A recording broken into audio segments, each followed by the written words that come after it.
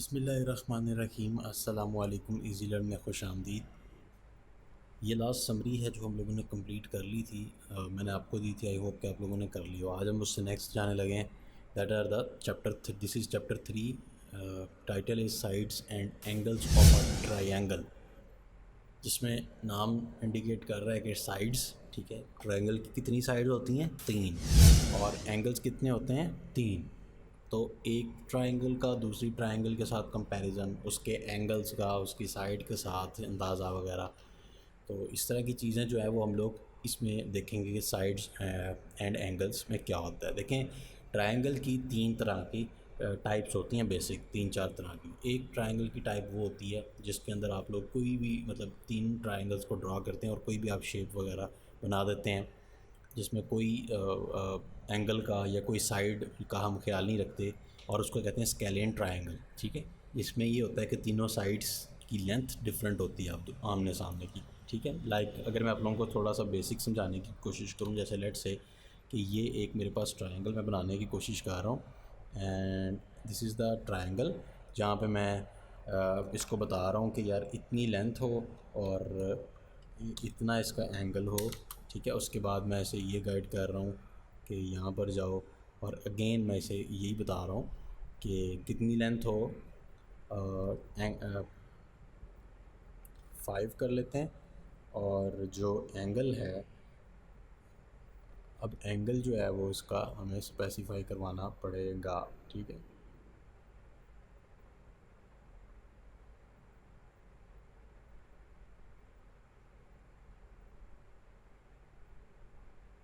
ठीक है, अभी बेसिकली ये हो क्या रहा है कि यहाँ पर मुझे इसका एंगल बताना पड़ेगा, और एंगल मैं इसका अगर रख देता हूँ 60, यानी कि इस हिसाब से बात की जाए तो 120, ठीक है। मैं इसका एंगल ऐसे बता रहा हूँ at the rate of 60, sorry 60 कह रहा हूँ, 120 कह रहा था ना, बताना पड़ेगा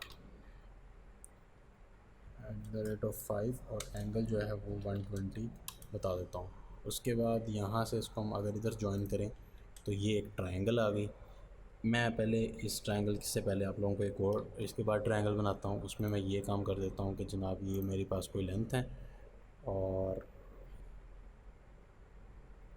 एक ट्रायंगल की ये टाइप होती है, आप लोगों ने पढ़ी है, और एक ट्रायंगल की टाइप ये होती है जिसमें कुछ भी नहीं ख्याल रखा जाता।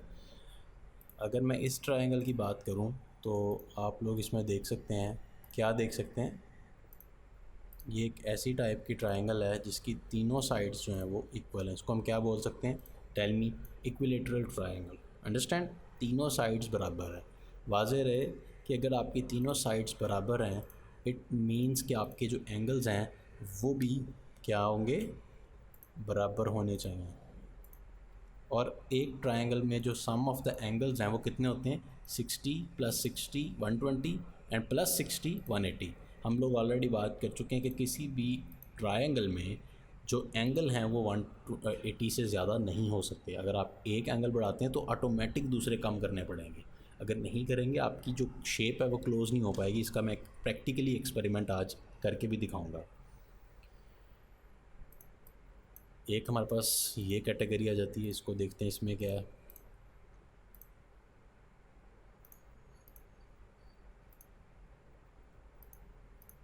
इस कैटेगरी में आप देख सकते हैं कि हमारे पास सीन ये है कि एक ट्रायंगल है, उसकी 2 साइड्स जो हैं वो इक्वल हैं, जबकि तीसरी साइड की लेंथ 6.7 यानी कि डिफरेंट है। ऐसी ट्रायंगल को हम क्या कहते हैं? आइसोसेलेस ट्रायंगल, ठीक हो गया। स्केलियन ट्रायंगल कौन सी होती है? वो आगे आ रही है, ये इक्विलेटरल थी। ये आपके पास एक ऐसी ट्रायंगल आ गई जो क्या मैंने इसका नाम लिया था अभी, आइसोसेलेस ट्रायंगल। इसमें ये होता है कि आपकी कोई सी 2 साइड्स, यूजुअली ये ऊपर वाली आमतौर पर इक्वल होती हैं। जब हमने ये कॉन्सेप्ट ऑलरेडी पढ़ रखा है कि अगर ये साइड इक्वल है तो इसका अपोजिट एंगल, अपोजिट कौन सा, यानी कि इसके सामने वाला, ये वाला, इस साइड। अच्छा, इसकी पहचान कैसे करेंगे? अगर मैं कहता हूँ कि ये साइड के सामने वाला एंगल जो है, कैसे, मतलब कि इससे जुड़ा हुआ ना हो, ठीक है। आसान अल्फाज में अगर मैं इसका अपोजिट या इसका फ्रंट एंगल की बात करता हूँ, ये वाला नहीं हो सकता क्योंकि ये तो इसके साथ बन रहा है, ये इस लाइन के साथ बन रहा है। ये देखें, इस लाइन की इन्वॉल्वमेंट आ रही है इसमें। तो इसके जो सामने वाला एंगल है वो ये है, क्योंकि इसके साथ ये लाइन इस एंगल के साथ नहीं जुड़ी हुई, ठीक है। तो इसकी अगर ये साइड और ये साइड बराबर होगी, इट मीन्स कि इसके सामने वाला एंगल और इसके सामने वाला जो एंगल है वो बराबर होंगे।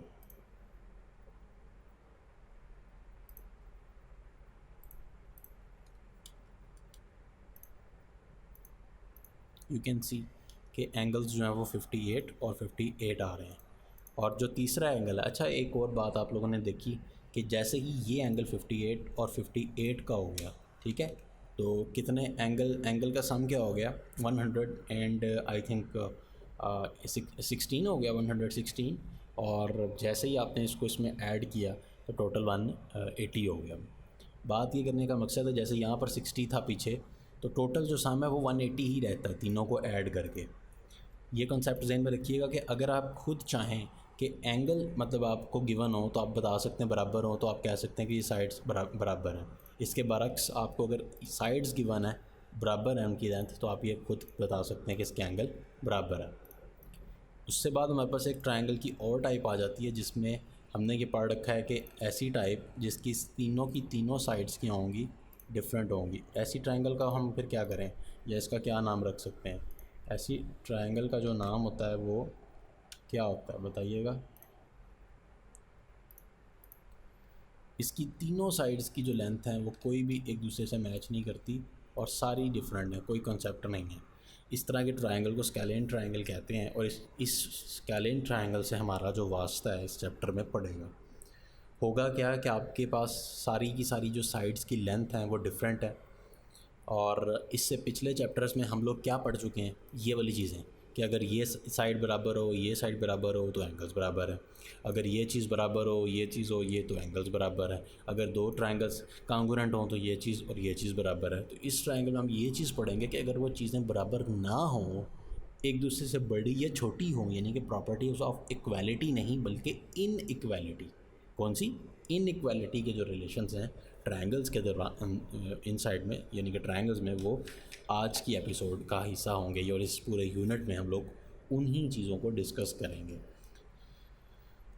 इसके अलावा भी वैसे एक ट्रायंगल की कैटेगरी होती है राइट एंगल ट्रायंगल, लेकिन उसका आपको पता हो, यहाँ पर बात करने की ज़रूरत नहीं है। After studying this unit students will be able to, you can read it by yourself. ये जो बात लिखी हुई है मैंने आपको अभी बताई, इसको आप खुद से रीड कर लीजिएगा। Theorem first, theorem 13.1। इस थ्योरम में वो क्या कह रहा है कि if two sides of the triangle are unequal, बात समझ रहे हैं? कौन सी साइड? तो दो साइड्स क्या हैं? अनइक्वल हैं, कोई सी भी दो हो सकती हैं।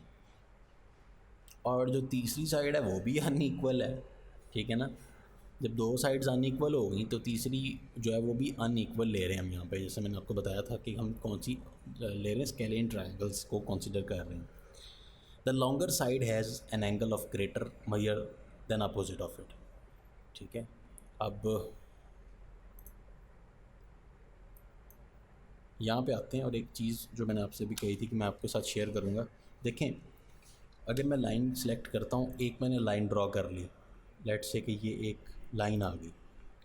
अब आपको मैंने भी थोड़ी देर पहले एक बात बताई है कि अगर आप एंगल बनाते हैं यहाँ पर, ठीक है, लेट्स से कि यहाँ पर जो है मैं एक लाइन लगाना चाहता हूँ और इस तरह से लगा देता हूँ। अब देखें वो नीचे एंगल नज़र आ रहा है, इस टाइम क्या एंगल बन रहा है? 56। लेट्स से कि मैं कहता हूँ कि यार मैं जो है ना इस थ्योरी को नहीं मानता, अभी जो मेरे साथ एंगल बन रहा है ना वो है जनाब 60 का बन गया। इसका मतलब है यहाँ से और यहाँ के इसके जो दरमियान एंगल है वो 60 का है।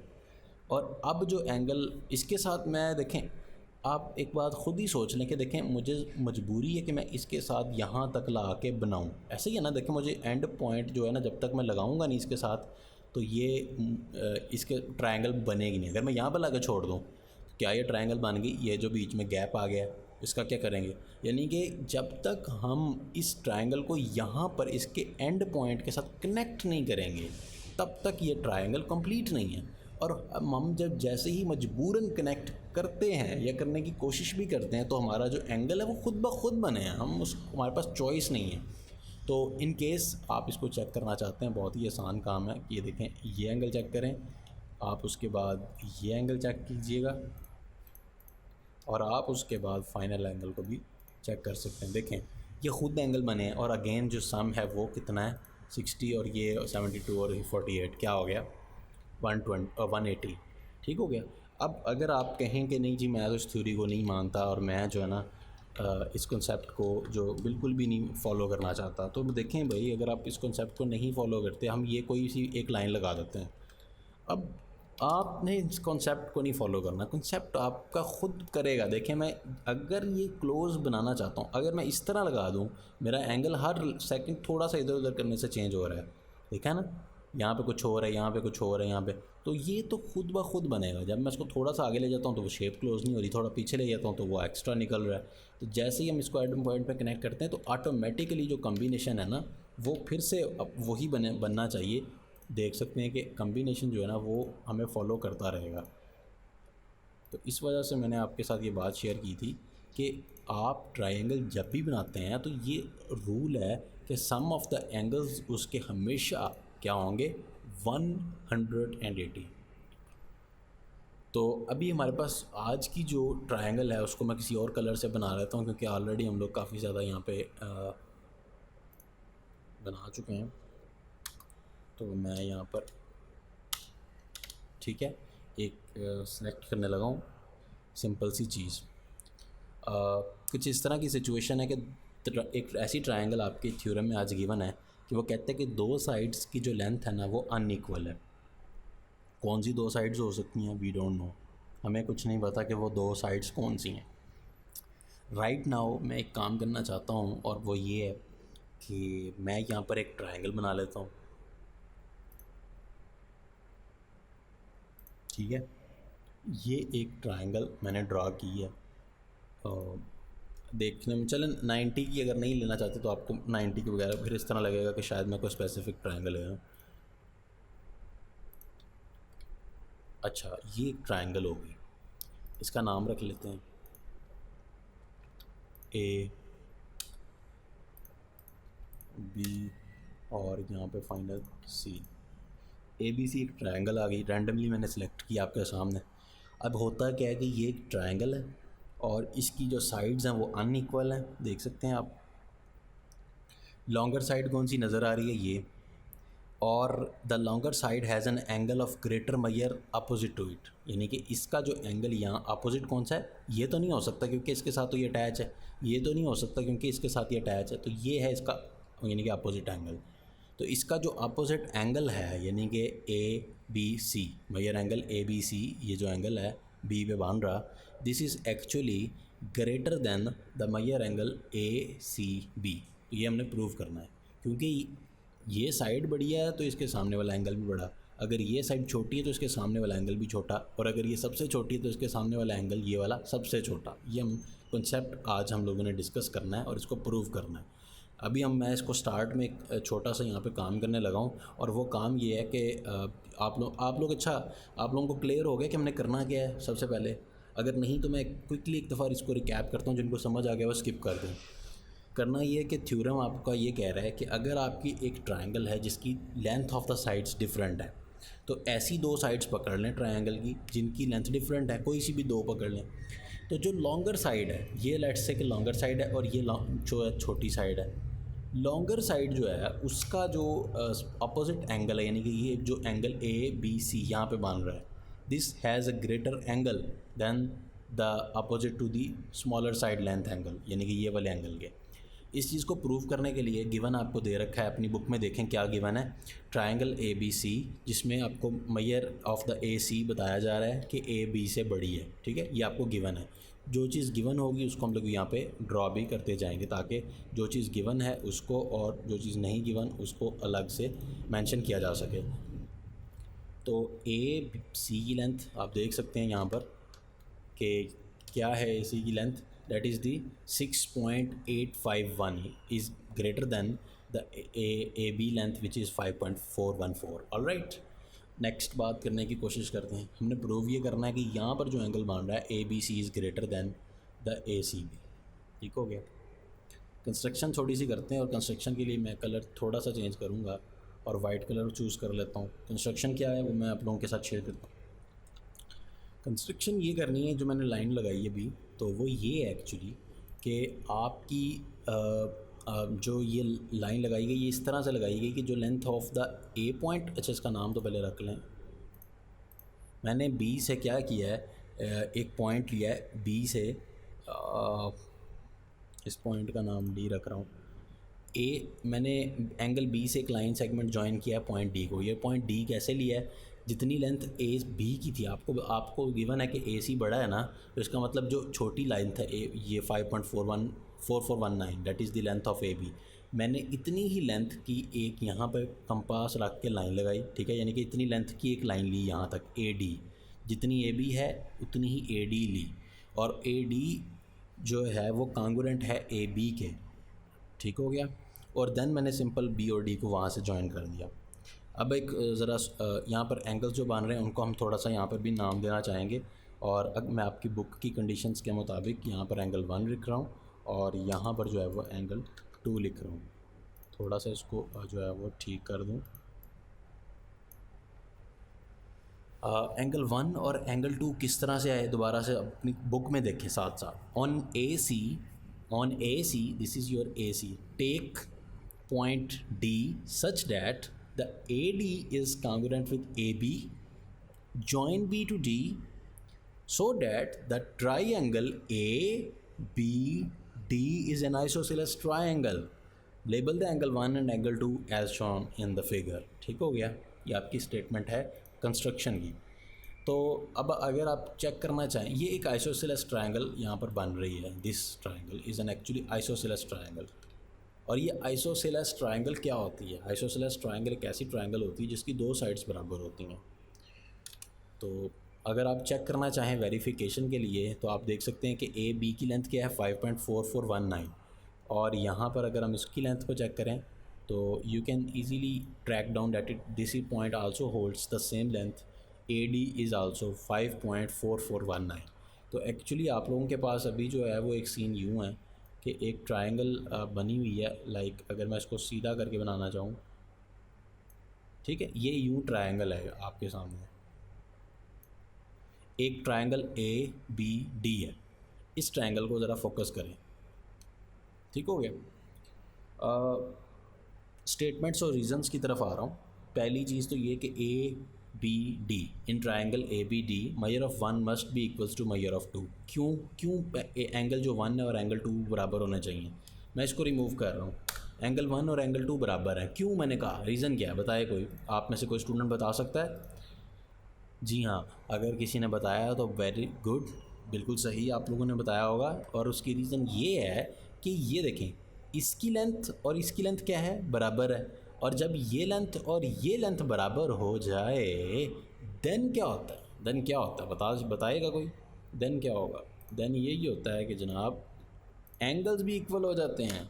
अगर अपोजिट साइड्स बराबर हों तो अपोजिट एंगल्स भी बराबर होते हैं भाईजान। ज़रा इसकी वेरिफिकेशन और तसल्ली के लिए जब मैंने आज का लेक्चर स्टार्ट किया, जो मैंने तमीद बांधी पहले, वो इसी मकसद के लिए थी कि अगर आपकी एक आइसोसेलेस ट्रायंगल आ जाती है, अगर इसकी ये साइड और ये साइड और ये साइड बराबर है, देन ये जो एंगल्स हैं नीचे ये भी बराबर होते हैं। सो राइट नाउ हम अब इस पे काम कर रहे हैं यहाँ पर, और इसमें यही बात हो रही है कि ए बी डी ट्रायंगल में आपकी ए बी और ए डी जो है वो इक्वल है।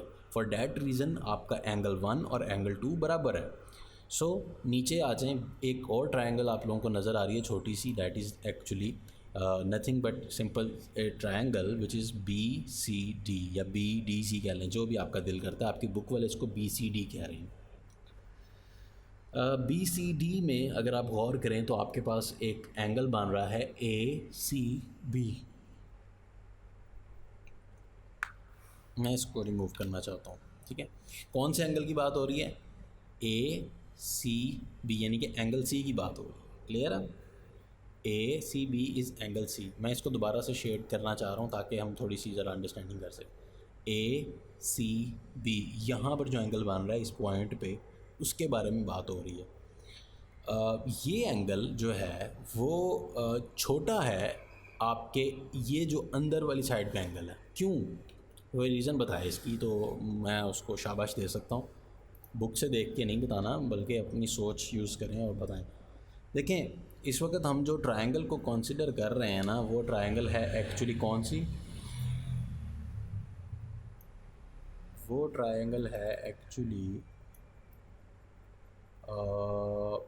ये वाली।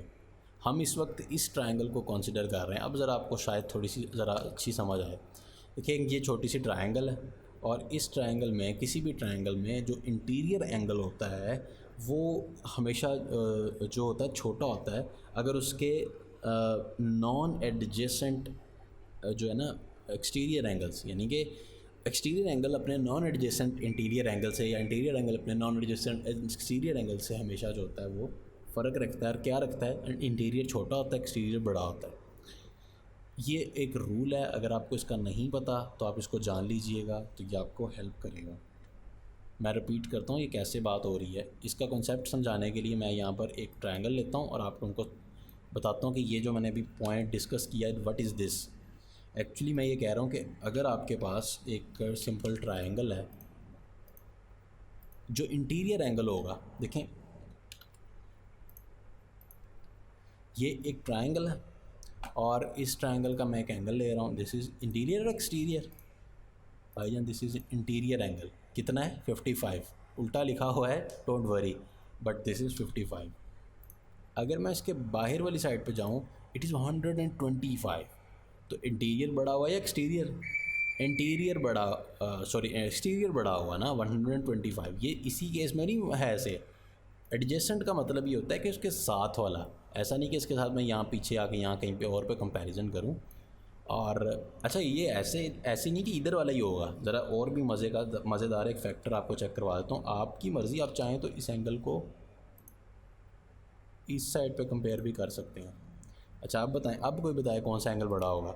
इंटीरियर क्या है? 55 और इसके लिहाज से मैं एक्सटीरियर एंगल देख रहा हूँ, दिस इज़ 125। तो आप चाहे इस साइड पे चेक करें, इस साइड पे देखें, साथ वाला एंगल्स बिल्कुल साथ में, तो वो हमेशा बड़ा होता है। ये रूल है। ये मैं पहले भी वैसे डिस्कस किया हुआ, लेकिन मे बी कोई नए स्टूडेंट्स आए हों तो उनके लिए मैं यहाँ पर एक्सप्लेन करना चाह रहा हूँ। तो यहाँ पर ये एंगल, इस ट्रायंगल का क्या है? Interior, which is 61। और जो एक्सटीरियर होता है वो कितना होगा इसका? एक्सटीरियर इसका इससे बड़ा होना चाहिए, 119। ओवरऑल जो सम होता है याद रखिएगा वो 180 होता है। तो ठीक हो गया, हमेशा ही ऐसा होगा। वजह क्या है? क्यों बताए? आप लोग कह रहे होंगे यार क्या इतनी ज़्यादा लॉजिक्स में पड़ गए हैं। बेसिकली लास्ट लॉजिक बता रहा हूँ। हमेशा जो इंटरनल एंगल्स जब आप लेते हैं ना, तो वो यूजुअली जो है आइसोसेलेस ट्रायंगल अगर आप उसके लेंगे तो वो राउंड अबाउट यूँ ही आएंगे कि 60, ठीक है, के करीब पॉसिबल है। तो उसके जो एंगल्स होते हैं, क्योंकि सम तो 180 रहेगा ना, तो आपने 60-70 का एंगल लिया है तो पीछे तो काफ़ी ज़्यादा पीछे पड़ा हुआ है ना, अभी 100 के करीब, 110। तो वो एंगल यहाँ पे मैटर करेगा। खैर इसको छोड़ें, हम अपनी डिस्कशन पे वापस आते हैं। इसी हिसाब से आपके पास एक ट्रायंगल है ये वाली, जिधर मेरा जो है ना ये कर्सर है, डैट इज़ दी BCD। एक छोटी सी ट्रायंगल बन रही है जिसको शेड भी किया हुआ है। इस ट्रायंगल का इंटीरियर एंगल कौन सा है? ये C। तो इस ट्रायंगल में आपके पास ये जो BCD है ये इंटीरियर है और इसके साथ में ये एक्सटीरियर एंगल है। ठीक हो गया। अगर मैं इस एंगल की बात करूं तो ये जो एंगल है आपके पास, angle 2 which is outside this triangle, ये जो है ना ये आपका बड़ा होना चाहिए। लेट्स सी, इसको चेक भी करते हैं, वेरीफाई भी करते हैं।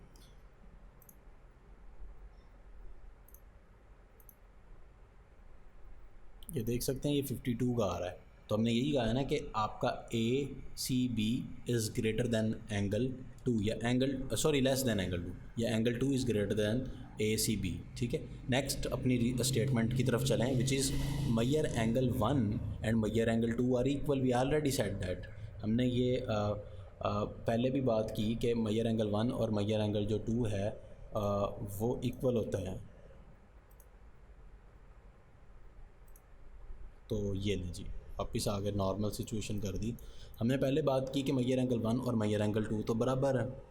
तो इस हिसाब से आपका जो एंगल 2 है अगर वो इस एंगल से बड़ा है C से, इसका मतलब कि आपका एंगल 2 इससे बड़ा है तो एंगल 1 भी इससे बड़ा है ना, क्योंकि वो दोनों बराबर हैं। अगर ये चीज़ इससे बड़ी है तो ये भी बड़ी है। तो आप क्लियरली देख भी सकते हैं दोनों 66 और 66 के हैं। It means measure angle 1 is also greater than ACB। Now हम ये बात जानते हैं कि ABC, measure angle ABC is equals to 1। अगर आप इस एंगल को ऐड करें जितना भी है कि 66 plus measure angle D B C. बात समझ आई कि नहीं? ये देखें, मैं हाईलाइट करता हूँ, ये जो एंगल है यहाँ से लेकर इसके दरमियान बन रहा है इस पोजीशन के, ठीक है। ये एंगल जो है ना ये बड़ा है, सॉरी ये एंगल किस चीज़ से बना है, ये देखें, ये angle is equals to this angle small angle plus little bit of here shaded portion that is the D B C, ठीक है। नेक्स्ट हम जानते हैं कि measure angle A B C जो कि मैंने हाईलाइट किया हुआ है is greater than measure angle 1। तो इसका मतलब ये हुआ कि आपका एंगल जो 1 है वो बड़ा होगा। मैं तो थोड़ा सा लिखता हूँ ताकि मैं वो बात जो है ना जो कर रहा हूँ वो एक्सप्लेन भी कर सकूँ। तो पहली चीज़ तो ये मैंने आपसे कही कि यहाँ पर जो एंगल बन रहा है मेजर एंगल कौन से की बात कर रहा हूँ, ए बी सी की बात कर रहा हूँ ना, वो किस चीज़ से बना है बताइएगा। इज़ इक्वल्स टू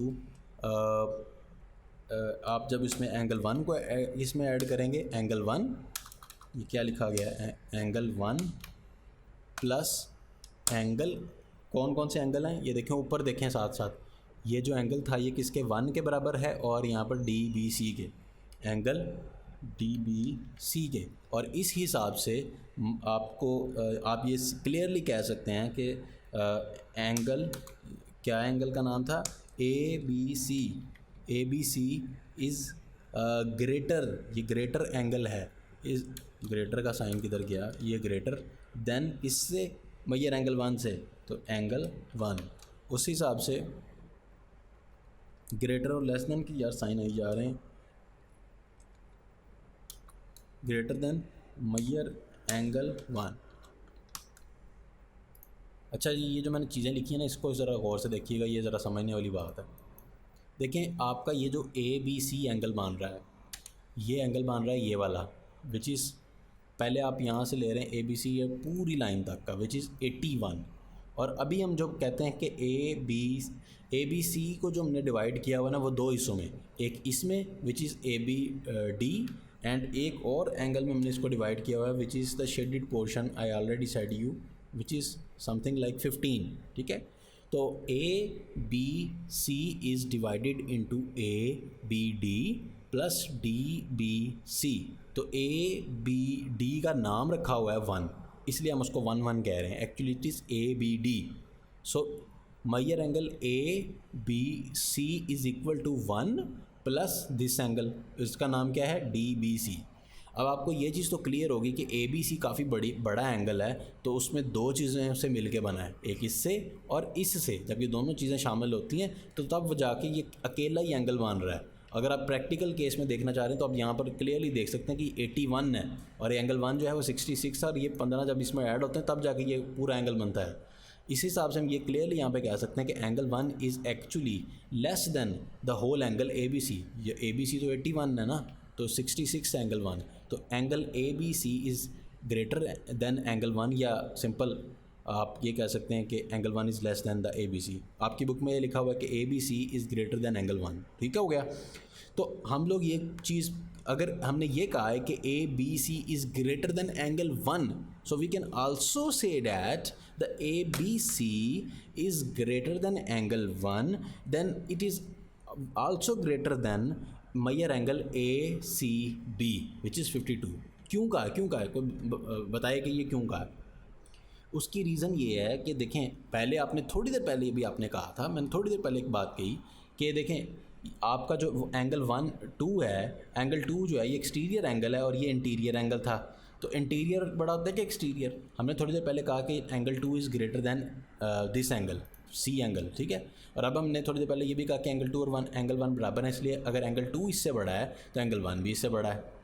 तो इस हिसाब से अब हम ये कह रहे हैं कि ये जो ओवरऑल एंगल है ए बी सी, ये आगे से 1 से भी बड़ा है, यानी कि सबसे छोटा 52, उससे बड़ा 1 और उससे बड़ा ए बी सी।